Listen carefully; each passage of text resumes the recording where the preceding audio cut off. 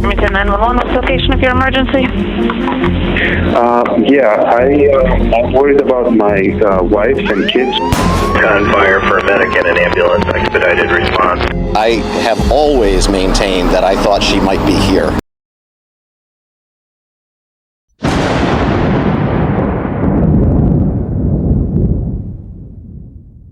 It was a Friday morning in late May, 2019. The kind of soft, clear morning that Connecticut does particularly well at the start of a long weekend. The air still cool, the trees full, summer almost here. Jennifer Dulos packed her 5 children into the car, drove them to the new Canaan country school, watched them walk inside, and pulled back out of the drop-off line. She was supposed to meet her mother for a doctor's appointment in New York City later that morning. She had plans for the weekend. She had 5 children who needed her to come home. She never made it to New York. She never came home. She was never seen alive again. Her name was Jennifer Farber Dulos. She was 50 years old. She was a Brown University graduate with a master's degree in writing from NYU. She ran a blog about domestic life, the kind of warmly observed writing about children and seasons and the particular texture of everyday happiness that makes people feel less alone. She was a woman who, by everyone who loved her's account, had devoted herself entirely to the lives of her 5 children, 3 boys and 2 girls, 2 sets of twins, all named after Greek Orthodox saints. And she had spent the last 2 years of her life afraid of her husband. Fotis Dulos had grown up in Athens, Greece, the son of a wealthy businessman who made a fortune in artificial sweeteners. He was tall, handsome, athletic. And I think she had my smile. Jenny Rebecca, 4 days old. What a lucky, lucky, lucky girl you are. A water skier and a speedboater who carried himself with the easy confidence of a man who had never been told no. He had come to the United States in 1986, graduated from Brown University in 1989, earned an MBA from Columbia Business School, and gone into real estate development in Connecticut, building luxury homes under the company name Ford Group. When he met Jennifer, who had also attended Brown, a year behind him, she was still with her first wife. He emailed Jennifer while the divorce was still in progress. They married in Manhattan in 2004, a month after his first divorce was finalized. For a while, it looked like a success story. A 10,000 square foot home in Farmington, Connecticut. 5 children. A life assembled from the materials of the American upper-middle-class dream. But Ford Group was bleeding money, millions of dollars in debt, with luxury spec homes sitting unsold. And the marriage was bleeding too. In 2012, Jennifer had written on her blog, "I wish I were a strong person and that confrontation did not both scare and appall me." In 2017, she filed for divorce. She moved out of the Farmington house and into a rented home in New Canaan, about 70 miles to the southwest, with the children. And in her court filings, she described what life with Fotis Dulos had actually been like. In language that was precise and measured and clearly written by a person who had thought very carefully about every word. She wrote that he had exhibited irrational, unsafe, bullying, threatening and controlling behavior. She wrote that she feared he would take the children to Greece, where he had deep family ties, and that she would never see them again. She described an incident in 2017 in which she alleged he had tried to run her over with his car. Her longtime nanny, Lauren Almeida, later confirmed to investigators that Jennifer had told her about the car incident, and that Jennifer was very afraid of her husband. In court papers requesting sole custody, Jennifer wrote something that stayed with everyone who read it after she disappeared, that she feared the divorce would enrage Fotis. That he had told her, on multiple occasions, that he would make her regret leaving him. She had been granted temporary sole custody of the children. There is something very attractive when you're a creative person yourself and you meet somebody who's also an entrepreneur. You're riding that high bridge with them and you're kind of like dangling off the sides.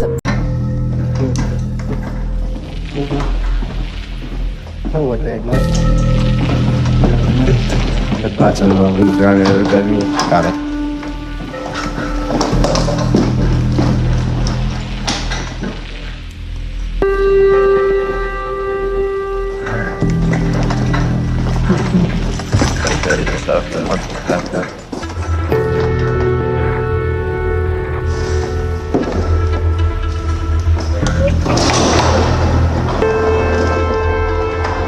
Could be at the air. There's some back here too. Splattered on the wall. Yeah. Whatever they hit went down this side of the vehicle. It's up here too. It's like a pattern here. Clothing. Right, not fur. Usually if you hit a deer and it's blood in your car, you take it to the car wash and get it cleaned, especially a Range Rover. Yeah, it doesn't sit well with me, especially like that we've got a missing person. Fotis had supervised visitation only. The divorce proceedings were expensive, bitter, and deeply personal, with each side making accusations about the other's fitness as a parent, as a person, as a human being. Fotis was reportedly furious about the custody arrangement. He was reportedly furious about the legal bills. And he was reportedly furious about the fact that Jennifer, who had left the family home and taken his children with her, was living a version of life he could no longer control. On May 24, 2019, investigators believe, he decided to do something about it. The theory prosecutors constructed, in meticulous, granular, almost cinematic detail, goes like this. Fotis borrowed a pickup truck from one of his employees without permission. He drove it to New Canaan and parked it near Waveny Park, about 100 feet from where Jennifer's car would later be found. A school bus camera captured the truck on the side of the road at 7:57 in the morning. He had a bicycle in the truck bed. He unloaded it and rode the 3-mile distance from the park to Jennifer's rental home. A neighbor's surveillance camera captured Jennifer Dulos's car pulling into her driveway at 8:05 in the morning, just after she had dropped the children at school. She was home. She was alone. And, police believe, Fotis was already inside, waiting. The Connecticut chief medical examiner, Dr. James Gill, later told investigators that the amount of blood found in Jennifer's garage was consistent with injuries that would have been non-survivable without immediate medical intervention. There was blood on the floor. There was a bloody shoe print. There was DNA, Fotis's DNA on a doorknob, and a mixture of his DNA and Jennifer's on a kitchen faucet. There was evidence that someone had spent considerable time trying to clean the space. Jennifer's silver Chevrolet Suburban was later found abandoned near Lapham Road. Her phone was recovered nearby. There was blood inside the car, consistent with a body having been transported in it. Jennifer's body was not inside. It has never been found. That evening, at approximately 7 p.m., roughly the same time Jennifer was being reported missing by her friends and family, who had expected her in New York hours earlier. That was a relationship that was very unhealthy, that actually ended up involving a high-profile case. You literally dodged a bullet there. I think so. Yeah, it doesn't sit well with me, especially because like it's like a pattern here. You know what I mean? It's clothing. Right, not fur. But there, it's up here too. It's hard to get any of this. These cameras are. We should get better cameras. Hopefully this is getting it though. Right? Usually if you hit a deer and there's blood in your car, you take it to the car wash and get it cleaned. Especially a Range Rover. Let's see if there's any damage here. I mean, this is grandma's car, so you never know. But Surveillance cameras on Albany Avenue in Hartford caught something extraordinary. A man in a red hoodie was moving along a 4-mile stretch of the street, stopping at trash cans every 100 yards or so and dropping in black garbage bags. He stopped at more than 30 locations. He was methodical, deliberate, patient. Police obtained Fotis Dulos's cell phone and looked at its location data. It placed him on Albany Avenue at the exact time shown in the surveillance footage. He was the man in the red hoodie. But he was not alone. In one of the surveillance clips, investigators spotted a woman in the passenger seat of Fotis's vehicle. She leaned out of the car window at one point, and later told police she had spit out gum and her hand was sticky, so she had wiped it on the sidewalk. Police did not believe her. Because when they went back to Albany Avenue and dug through the trash cans Fotis had visited, they found what was in those black garbage bags. Clothing in Jennifer's size. Zip ties that had been cut. A bra. A Vineyard Vines t-shirt. All of it covered in blood that matched Jennifer Dulos's DNA. The woman in the car was Michelle Troconis. She was 44 years old, Venezuelan-born, a former ESPN reporter in South America, a mother herself, with a 10-year-old daughter. She had met Fotis at a water skiing club in Miami.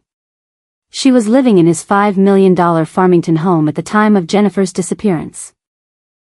And she had, prosecutors would argue, known exactly what she was doing on that Albany Avenue drive. Fotis and Troconis were arrested on June 1, 2019, 1 week after Jennifer disappeared, and charged with tampering with evidence and hindering prosecution. At that point, there was not yet enough evidence for murder charges. They posted bail. They went home. Then, in January 2020, Connecticut State Police came back. This time, armed with murder charges. I just want to tell my children that they're constantly on my mind and that I love them and I miss them very much. Farber Dulos was arrested at his Farmington home and charged with capital murder, and kidnapping. Troconis was charged with conspiracy to commit murder. And a third person, Kent Mawhinney, a Connecticut attorney who had been Fotis's friend and civil lawyer, was charged with conspiracy to commit murder. Investigators alleged that Mawhinney had helped Fotis construct a false alibi, and had potentially prepared a never-used grave at a hunting club he had ties to. 2 men at that club had found what they described as 100% a human grave, a freshly dug hole with a blue tarp and 2 bags of lime inside, in May 2019, days before Jennifer's disappearance. When one of the men returned a month later, the hole had been filled and covered so neatly, you could not tell a hole had ever been there. Farber Dulos was granted bail. He was required to wear an ankle monitor. And then, on January 28, 2020, 3 weeks after his murder arrest, he failed to appear for an emergency bond hearing. Police drove to his Farmington home. They found him in the garage, unresponsive. He had run a vacuum cleaner hose from the exhaust pipe of his SUV into the car's interior and sat inside while the engine ran. Paramedics restored a faint pulse. He was airlifted to Jacobi Medical Center in the Bronx. His 5 children, the children he and Jennifer had fought so bitterly over, visited him at the hospital before he was taken off life support. He died on January 30, 2020. In a handwritten note found near his body, Farber Dulos declared his innocence and that of everyone charged alongside him. I refuse to spend even an hour more in jail for something I had nothing to do with, he wrote. His attorney filed papers asking that the estate be substituted as the defendant so that Fotis's name could be cleared. The murder charges were formally dismissed, not an acquittal, simply an acknowledgement that a dead man cannot stand trial. The case now rested entirely on Michelle Troconis. Her trial began in January 2024, nearly 5 years after Jennifer Dulos disappeared. It lasted 6 weeks and became one of the most watched trials in Connecticut history. Prosecutors walked the jury through every piece of the evidence, the cell phone location data, the Albany Avenue surveillance footage, the bloody garbage bags, the DNA. They argued that Troconis had known about the plan to kill Jennifer in advance. That she had helped provide Fotis with an alibi, had conspired with him in the murder plot, and had willingly gotten in his truck that evening to help dispose of evidence while Jennifer Dulos's blood was still on the zip ties in the bags they were throwing away. One of the most chilling moments of the trial came from a police interview recording played for the jury. Troconis, in one interview, had said of Fotis, "I hate him because of that. I was cleaning the house. I wasn't cleaning Jennifer."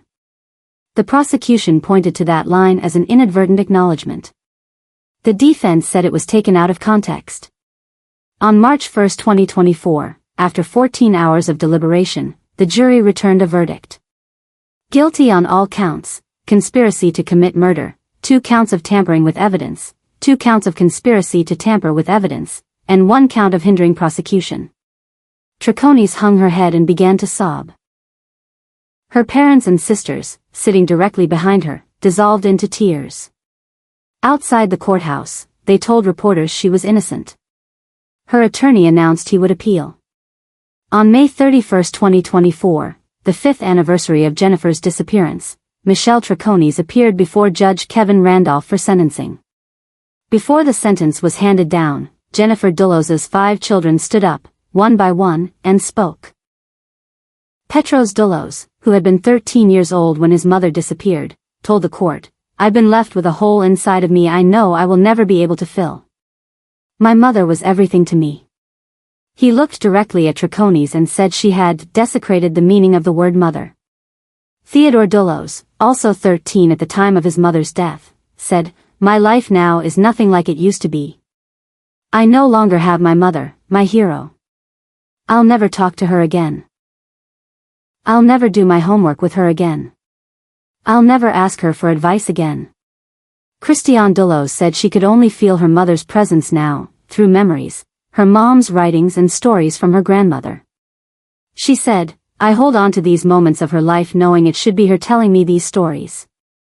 Judge Randolph sentenced Michelle Triconis to 20 years in prison, with execution suspended after 14.5 years, followed by 5 years of probation. Prosecutors had asked for 45. She is appealing. She remains in custody. As for Kent Mawhinney, his case dragged on for years. He had pleaded not guilty. His trial date was never set. He wore an ankle bracelet and lived under travel restrictions. Then, in June 2025, prosecutors made a quiet announcement. They were dropping the conspiracy to commit murder charge against him. "We do not have sufficient evidence to prove the charge," the state's attorney said. In a plea deal, Mawhinney accepted a lesser charge and walked free. Outside the courthouse, his attorney said his client had been vindicated. Mawhinney said he had lost his law license as a result of the case and would not be going back to practicing law. He also said he had no idea where Jennifer Dulos's body was. "No. If I did, I would tell them. I don't know how they can get closure," he said. Jennifer Dulos's body has never been found. Police have searched extensively and repeatedly. Wavani Park, Irwin Park, a water skiing pond in Avon where Fotis had ties, the mulch dump near New Canaan, wooded areas around Farmington, the Rod and Gun Club property linked to Mawhinney where the pre-dug hole was discovered. They used ground-penetrating radar. They used excavators. They used canine teams. On the 5th anniversary of her disappearance, Jennifer's family issued a statement saying they hold fast in our belief that Jennifer's body will be found. Connecticut State Police have said they will not stop looking. A probate judge officially declared Jennifer Farber Dulos legally dead in October 2023. She was 50 years old, the same age she had been when she disappeared. The declaration was necessary to protect her children's financial interests, to settle the estate, to move forward in the administrative sense. But Jennifer's mother, Gloria Farber, who was 88 years old when she testified at the Triconis trial, has made clear that legal declarations change nothing about what her family needs. They need to find her. They need to be able to bury her next to her father. The 5 children, Petros, Theodore, Constantine, Christiane, and Cleopatra, have been living with their grandmother Gloria in New York City since June 2019, 1 week after their mother vanished.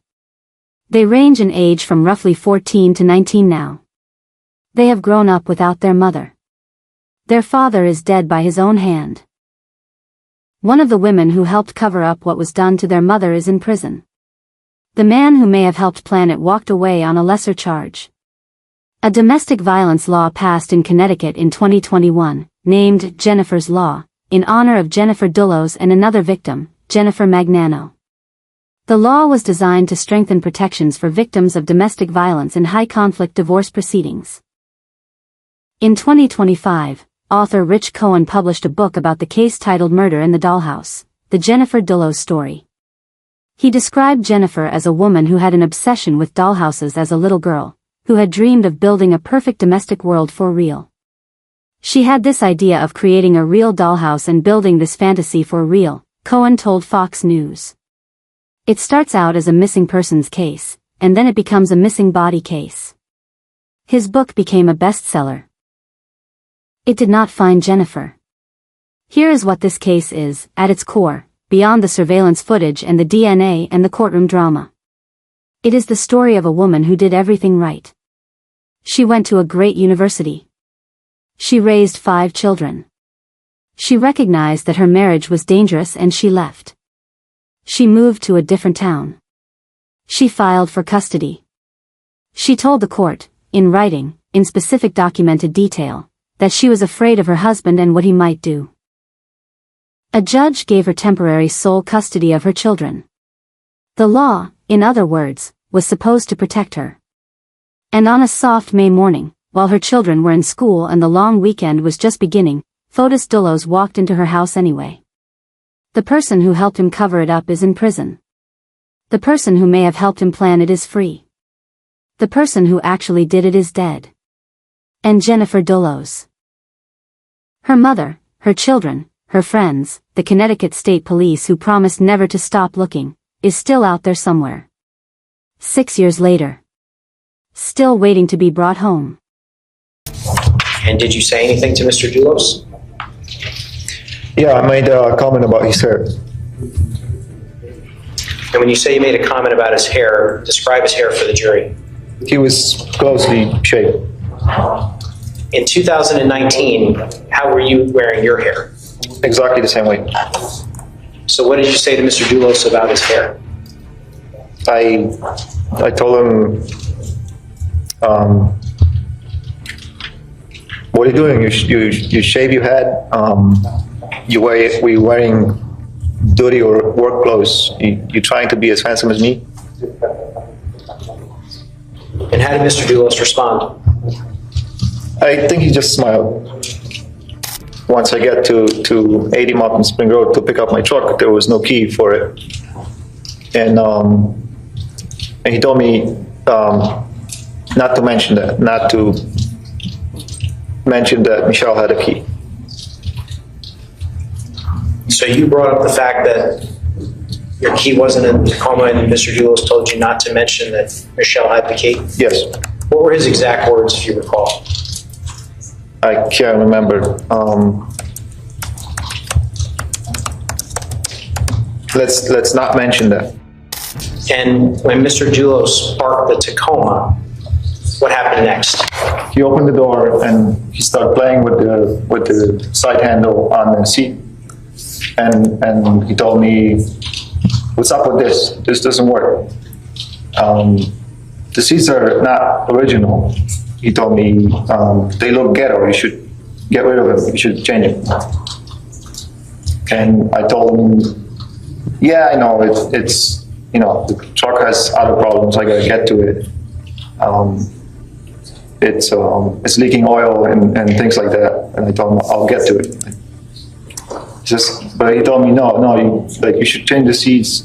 You should fix the truck, sell it, or lower the price, and sell the truck. I'll give you a good deal on the Jeep." I just couldn't hold it anymore, and I just went off on him. I told him, "What's up with my truck? Why did you clean it?" And he smiled at me and says, "Because you were never going to do it." And I told him, "Seriously, why did you clean my truck?" And he says, "Don't worry about it. There's nothing going on." I went to Jennifer's house for Mother's Day. I gave her a hug. I hold the cat. And then I came back, and then I was having the same clothes, and I was driving your truck. There might be hair in it or something. I just want to clean everything. The police might come in. They find something and destroy my name, destroy the company name. No one's gonna ever want to build it with me. And I said, "Why you want me to change the seats? What's up with the seats?" And he said, "Can we not talk about it? Can you just do it?" And then he keep on pressing me on it. And then he was growing angry, and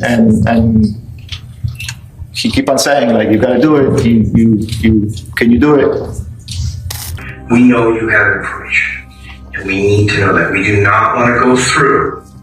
Listen to me. We don't want to go through the script because we found the script, and if we start to review the script, the rehearsed story that we found documentation of, our instructions from the state's attorney will walk out that door. And when we walk out that door, that'll be it. This is coming from the state attorney. So please tell her, I want to hear the script. I want to hear what happened to Jennifer, and I want to hear who's involved in her murder. I don't know. You're asking me something that I don't know. But can I say something? Don't get upset to me. I'm not upset. I just want you to understand what's going on. You say rehearsal. It's not a rehearsal. It's Sunday. Okay, you'll have a chance. You found a piece of paper that mirrors your statement to us. We don't want to talk about that. I slept with her. Her alarm and mine are set up at, I think hers is at 6:35. Mine for sure 6:40. And we woke up. She takes showers. I go to my room. I also do the same thing. So is there? He was there. We woke up. He was there at the house. He was in the house. Okay. So what if I were to tell you that I have evidence that he was not in the house at that time? Okay. You see what I'm saying? Do you understand what I'm saying? I don't want to be over dramatic. I don't want to. This is not any kind of threat. I just want you to understand. You have a daughter who's 12 years old. You have a mother. How old is your mom? 60. Okay. All right. You want to see that, right? You don't want to go to prison. You don't want to get arrested for it. You guys, okay, but I don't know, and I've seen in the newspaper that she got No. in the garage. No. They're asking you for your knowledge. Not what you read in the newspaper, not what you think And I think that she's still somewhere, hiding. You guys said that you find blood, so obviously she's not hiding from who. What police have told me that in the past, before they were married, I don't know when, how many years, she fought with her parents and she disappeared and she moved to Austin. And she got an inherit of an aunt of $3 million. And she lived like for 3 years in Aspen. And she changed her name to Jennifer Bay, which I still receive in the house, magazines. Michelle, let me ask you a question. Then, Let me ask you a question. You have how many children? one of mine. And Nicole, she's 12. Yes. Would you ever leave your 12-year-old daughter, listen, would you ever leave and go hide and not tell your 12-year-old daughter where you are? Why not? Because I'm a healthy person, I won't do that. Okay. Because she would be very upset, right? It's something that doesn't even cross my mind. It wouldn't even occur to you to do that. No. Because Jennifer has 5 children. Yes. And other family members. Do you think, why would she go hide and not tell them for a period of time where she is and she's sick? Can I talk about the report? No. Listen, the question was. My question is, The my question only was. answer that I can give is because from my understanding, she has a borderline personality disorder. She got that information from photos. This is a man who killed his wife, so. Photos? She thought he was in My opinion, I got it. Our impression of photos. Yes, I got it from photos and there's Michelle. I know, I keep calling me Jennifer instead. Well, I'll be honest with you, Jennifer's on my mind. Okay, because I worry every day and every night about Jennifer. So I apologize for calling you the name of the person in this thing. Now, avoidance, please. So Michelle, here's the thing. They continue to press Michelle with information that's hard for her to hear. We want to tell you something that everyone in this room is like. Otis lies to everyone. And the reason he lies to everyone is he cares about one person in the world, and that's himself. He didn't care about his first wife, he didn't care about his second wife, he doesn't care about you. He says all kinds of things to all kinds of people to get what he wants. Okay? He manipulates, controls. We have no doubt he did that to you. He lies to you. So we're I'm trying to. So he owes you. He feels he owes you nothing. If he could put this murder on you, he would do it in a second. Okay? We don't think that's true. And we want what is fair. Yeah, we really. Return to just I thought, when we're talking. What do you think? So when you two initially greeted each other, what is going on? And I said, hello, yeah. Were you friendly? And it was it? Oh, I hugged him, yes. Did you say anything to him? Jokingly or otherwise? I think I told him I love him. I hugged him. I'm like, did you see that? And then I asked him, did you see the kids? And then he said, we were all sitting there. It wasn't only just me. It was Aaron was sitting there. Did you ask him if he thought that you two would be able to have sex in jail? Yes, I said that was a joke. Why would you say that as a joke? Because he said the police could have arrested me in New York, and I said, well, if you get arrested, can I have, how do you know? Well, they talked to other people who heard it. Well, Greg was there. Greg, Aaron, and I think Hodge. We were all lying in the grass. Oh, Fotis, you could go to jail because the first suspect is the husband. I think now what you're saying. I think someone said that. And I said, as a joke, because I'm usually stupid and I joke, I said, oh, can you have sex in the jail? And we all laughed. That's how that joke became. A stupid joke. I'm sorry about that. Are you ready to admit that you weren't 100% truthful with us during the first 2 interviews?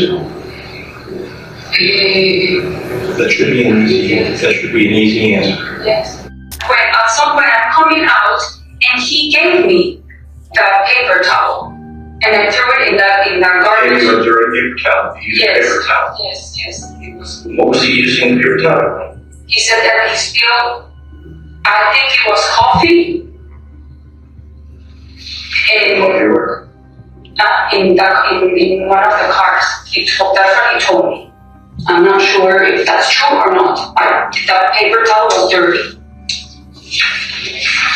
What color was the paper towel? What color was the paper towel? Brown. Brown? Yeah. I'm going to be honest with you, having a real hard time believing that you don't know what's going on here.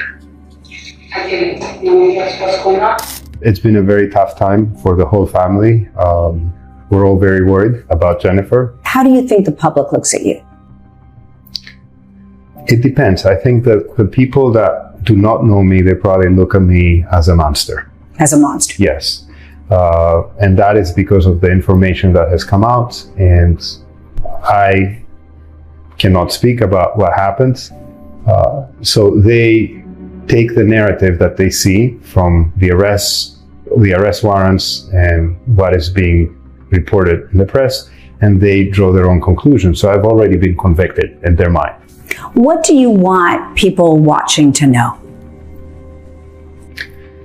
I want them to know that this is a very, very challenging time for my whole family, and we just have to be patient to get to the other side and see what happened. Do you have any message for Jennifer's family? Yes, I send my prayers. I had my differences with Jennifer, like many people do when they go through a marriage. It didn't work out for us, but that doesn't mean that I wish her ill in any way. Where do you see this going for you? I tried to go day by day. When it first started, I seriously pinched myself a couple of times, and I said, this cannot be true. I'm dreaming this. I'm wearing orange and I'm in a cell 6 feet by 9 feet, and this cannot be true. So it's a day by day, hoping we'll get through this. Do you think you've been treated fairly by the criminal justice system? I do. You do? Yes. I think with the information they had, they did the best they could. And I understand they have tremendous pressure on them. And it's also statistically, when something like this happens, 90 or 95%, it's the spouse. So I can understand why people feel like this. And your answer to that is? When people say, yes, 90% of the time it is the spouse. Well, it's 90%, it's not 100%. So I'm in the 5 or 10% category. So yeah, because, people automatically say, oh yeah, people say the spouse did it. Mm-hmm. I know, but I know what I've done and I know what I haven't done. So I have to stand and fight and hope that the truth is going to come out. Do you have any thoughts about that, about her disappearance or what's happened? I do, but I'd rather not speak about that today. But at some point? Some point. Before she disappeared, what was your relationship with Jennifer? As you know, we were in a very contentious divorce that was fueled by her attorneys. Were you speaking on the phone? We're speaking on the phone, yes. And it was cordial? And we also met a couple of times when we would have drop-offs for the kids. Yes, it was very cordial. 2 days before she disappeared, she invited me to play basketball at her house with the kids.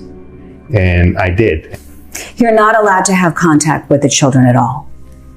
I do not. How is that for you? It's heartbreaking. It's heartbreaking. This is a very tough time.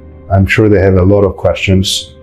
I'm sure they're missing their mom, and I'm sure they're missing their dad. And I'm here, and I will be able to support them and help them through this time. Talk to me a little bit about that, about the emotional toll of not having your children and not being able to contact them. It's hard to describe. I think only if you live through this, you can understand what it is. I wake up every day and I feel like somebody's sitting on me, on my chest. It's terrible not to have your children. I don't think anything compares to it. When people speculate that you wanted Jennifer out of the way, how do you respond to that? Well, that's ludicrous because I never wanted Jennifer out of the way. Even if I could get sole custody, I would still not take it because I would want my children to have a relationship with their mother. Because I care about the children. But that is interesting that, because the perception is contentious, ugly divorce and a motive clearly to do something. My motive has been for the past 2 years to move on with my life. I have 5 beautiful children. I had Michelle, and I had a profession that I love. What were you doing? I was taking my dog for a walk. What did Farber Dulos look like? He had a shaved head, and I did not recognize him initially. He was riding a one-wheel scooter past my home up towards Eli Road. And that was unusual to see someone doing that, especially towards Eli Road. But more importantly, I didn't recognize who it was. It is a private road, as I mentioned. So I didn't know who it was. Around what time of day was this? About 8:45 in the morning. Did you speak to him? He did approach me, and that's when I recognized his voice and recognized it was Fotis. What did he say to you? Well, at first I said to Fotis, how are you? And his response to me was, Jennifer's missing, right? And what did you say? I said to him, yes, I'd heard that. I hope she's okay, but I have not heard about the children. I hope they're okay. What was his response? His response was, he asked me how long we retained our security video and to make sure it didn't get deleted because he needed to prove that he was there on Friday. Did he say anything else to you? He did. What did he say?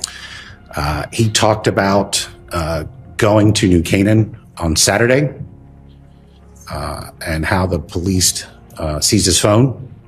He talked about his attorney telling him that they need to develop a chronological timeline of where they were on Friday so that they can produce it if needed. Did he use the word they? He did use the word they. That they needed to develop a timeline? He did.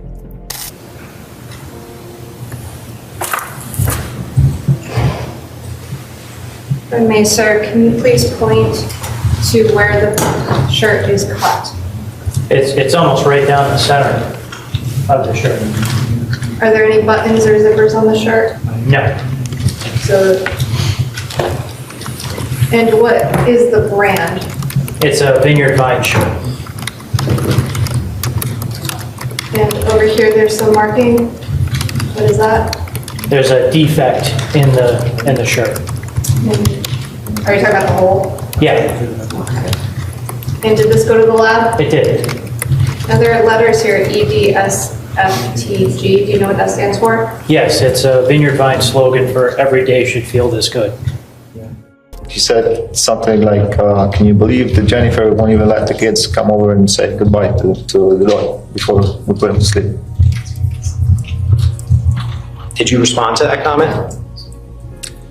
I don't remember. And you indicated that the defendant was present. Did she say anything at that point? Yes. Tell the jury what the defendant said. She said she should be buried right next to this dog. Yes, so Michelle was upset that her and her daughter pictures were posted by the news online. And she said, I'm gonna kill that when she's gonna turn up. And I said, don't say that. And she said that she's gonna be suing the news. She's writing down who posted what pictures. My mother was everything to me. But during the divorce, I became very bitter with everyone around me, especially Mom, because she was always trying to help me. This meant that I hurt the person closest to me because I didn't know how else to voice my pain. The defendant's actions mean that I will never be able to tell my mom how sorry I am for not being a better son when she needed me. I will never be able to tell Mom how proud of her courage I am, most importantly, how much I love her.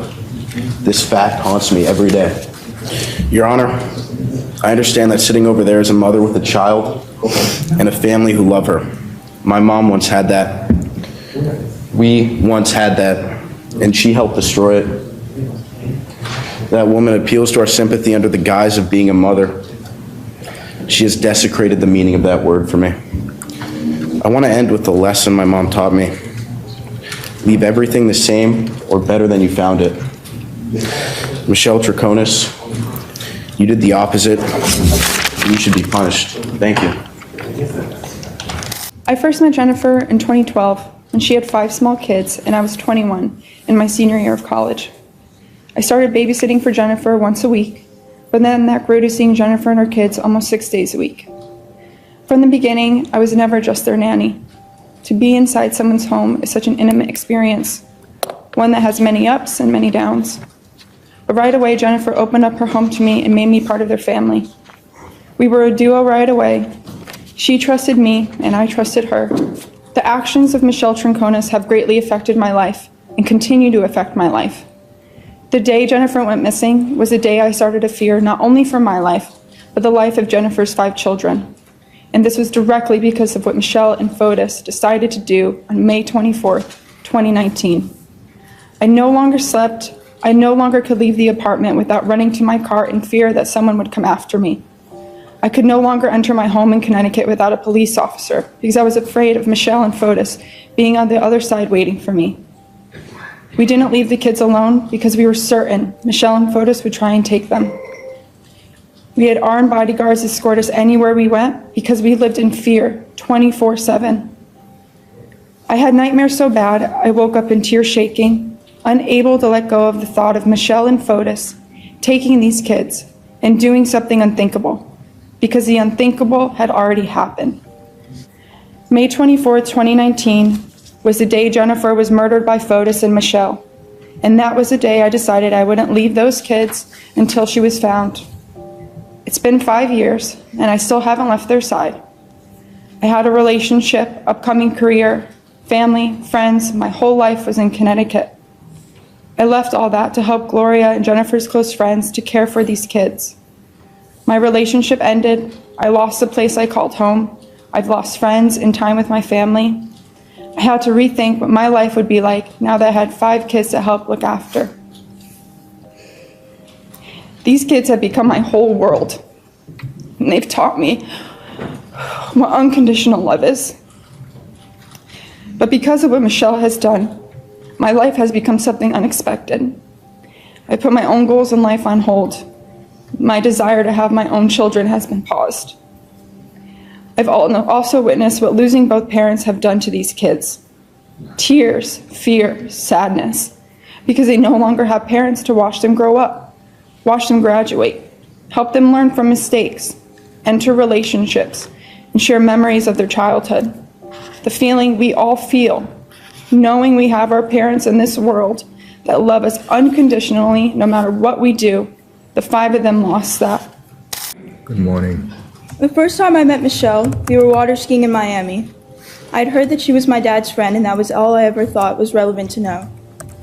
The next time she came into my life was when we left Farmington with my mom. I don't remember it very well, but I didn't know we were leaving Fort Jefferson for good. When my mom told us we were going to New York, I expected just another visit to my grandma's house. And the pictures of the house we were moving into began to be shown, and talk of dad's cheating slipped from adults' mouths and spread to me. I was confused. My dad, the person who I looked up to, was doing something awful, and it was with Michelle. Michelle, the woman I had not given a thought to since I had last seen her. Our lives completely changed from then on. We were living in New Canaan and getting enrolled in New Canaan Country School. I remember talking to my dad on one of our visits. I asked him something like, "Why did you cheat on Mom? I thought you said cheating was bad." He answered, "When you really love somebody, sometimes you can't wait." It occurred to me then that the person Dad really loved was no longer my mom. It was Michelle. Michelle, the one who was moving into my house, sleeping on my mom's side of the bed. It occurred to me then that this affair was why my mom took us and left, why she cried at night, and why we were no longer a family. From then on, Michelle was a part of my life with my dad. Later on, my dad told us that Michelle was not allowed to be around us anymore, and that if we wanted to keep seeing her, we could not tell Mom that Michelle was at our visits. I cared, almost more than anything, about keeping my dad happy and proud. So when my mom asked me if Michelle was at our visits, I lied. I stood in her bathroom, just my mom and me, looked at her and said, "No, she is not at our visits." Not because I wanted to keep seeing Michelle, but because I knew Dad wanted to.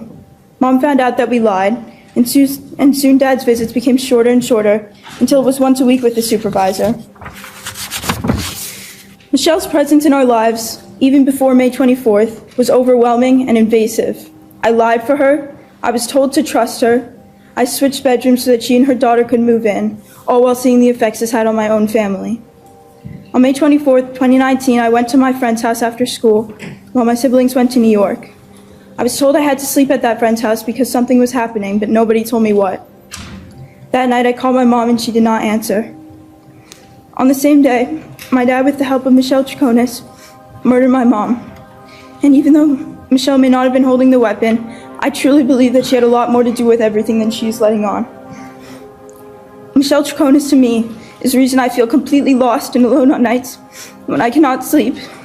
She's the reason why I've blocked out my childhood, and that day so much I can barely remember it. She's the reason kids at school look at me with pity. The reason my teachers say guardians and not parents. The reason I've had to sit and watch as the people who care for me break down. The reason my siblings move through life with a huge piece of them lost. She's the reason I've had to sit on the bathroom floor with my little sister and try my best to comfort her. She's the reason I had to visit my dad in the hospital, knowing what he did and knowing he chose to leave us. She's the reason I did not get to visit my mom in any sort of way before she died and have no closure in her death. She's the reason I no longer feel I have a real beginning, a home to always come back to, parents I will always belong to. She's the reason words mom and dad spark nothing but a hazy memory. The reason those words will never again represent the person who holds me in their arms as I cry about some unimportant temporary problem. The person I can casually go to lunch with and talk about all the gossip and trauma with. The person who comes to my sports games and cheers me on. The person who picks me up from school. Mom and dad are words that only bring trauma and grief. Michelle Troconis is the reason I've had to wake up every single day since May 24th, 2019, and ignore the first 10 years of my life because I cannot even begin to process everything. For that and everything else I've said, Michelle deserves a maximum time in jail. Thank you. Thank you.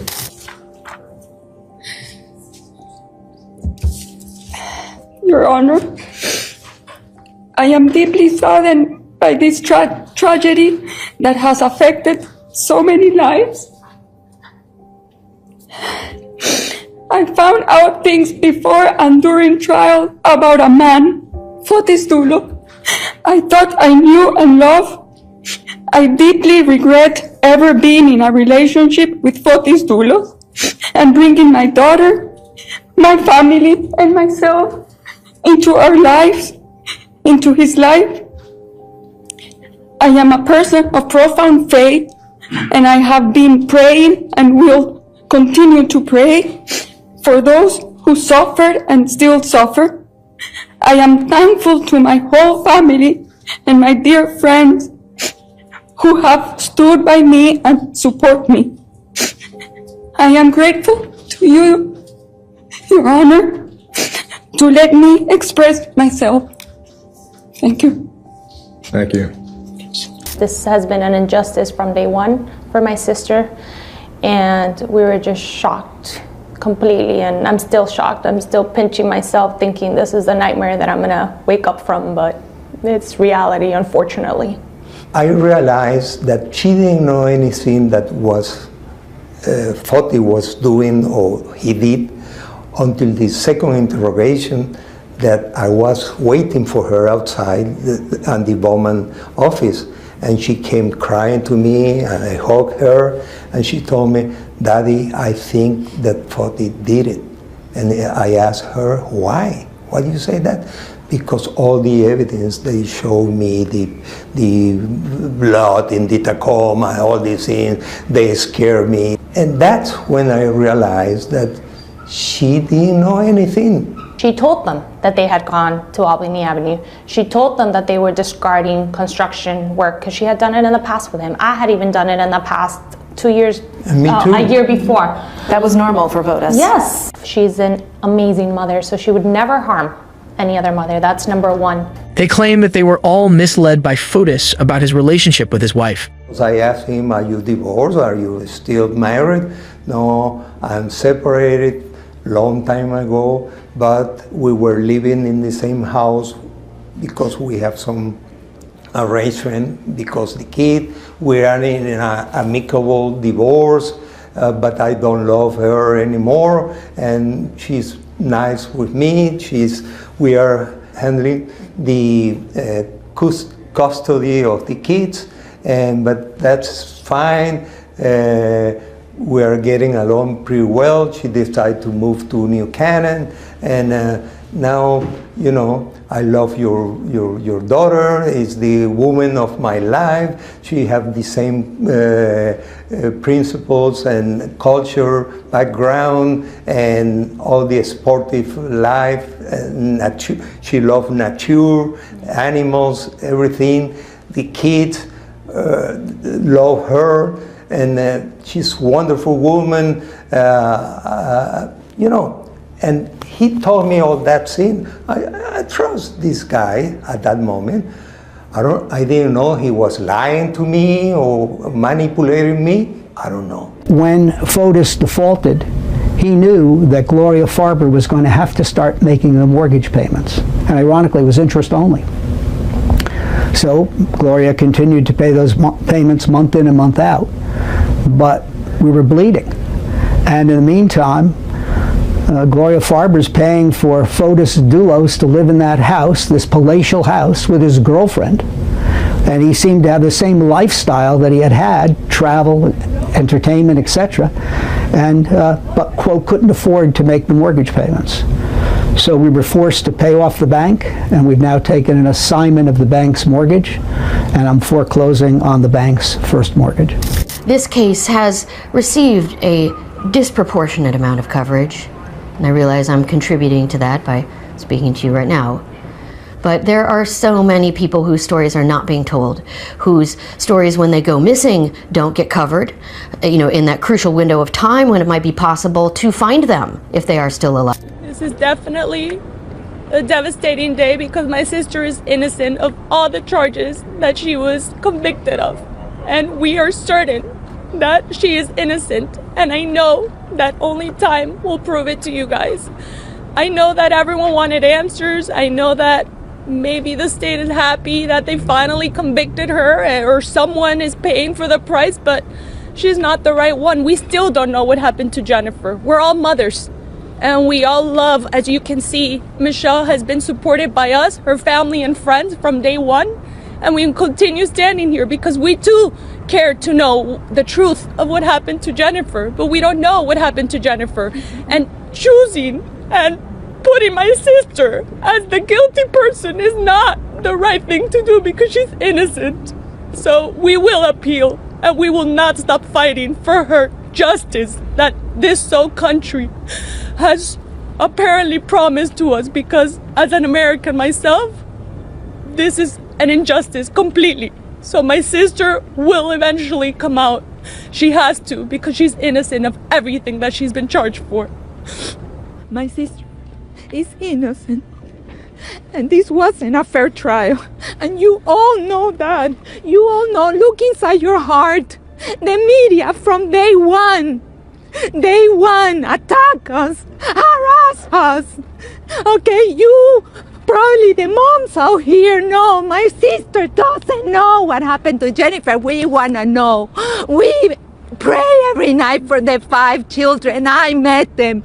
I know them. They are beautiful kids. So is my niece. Have some compassion. I mean, your heart, look inside your heart. We cannot live in a world with this much hate. My sister's innocent. This is wrong. This wasn't a fair trial from day one. Wasn't a fair trial. And you all know that because you are parents. You are moms. You are grandparents. Please, look inside your heart. This world needs more love. And this is wrong. What happened to my sister today is wrong. It wasn't a fair trial. It wasn't. My last words go to Petros, Christiane, and all the 5 children. I don't recall the names right now. I personally have been praying for you every day, mornings and night. I'm sorry about what happened to your mommy, but my sister is not the answer. And I hope that when you grow up, you find your own means to know what happened, to seek for the truth, to seek for real justice.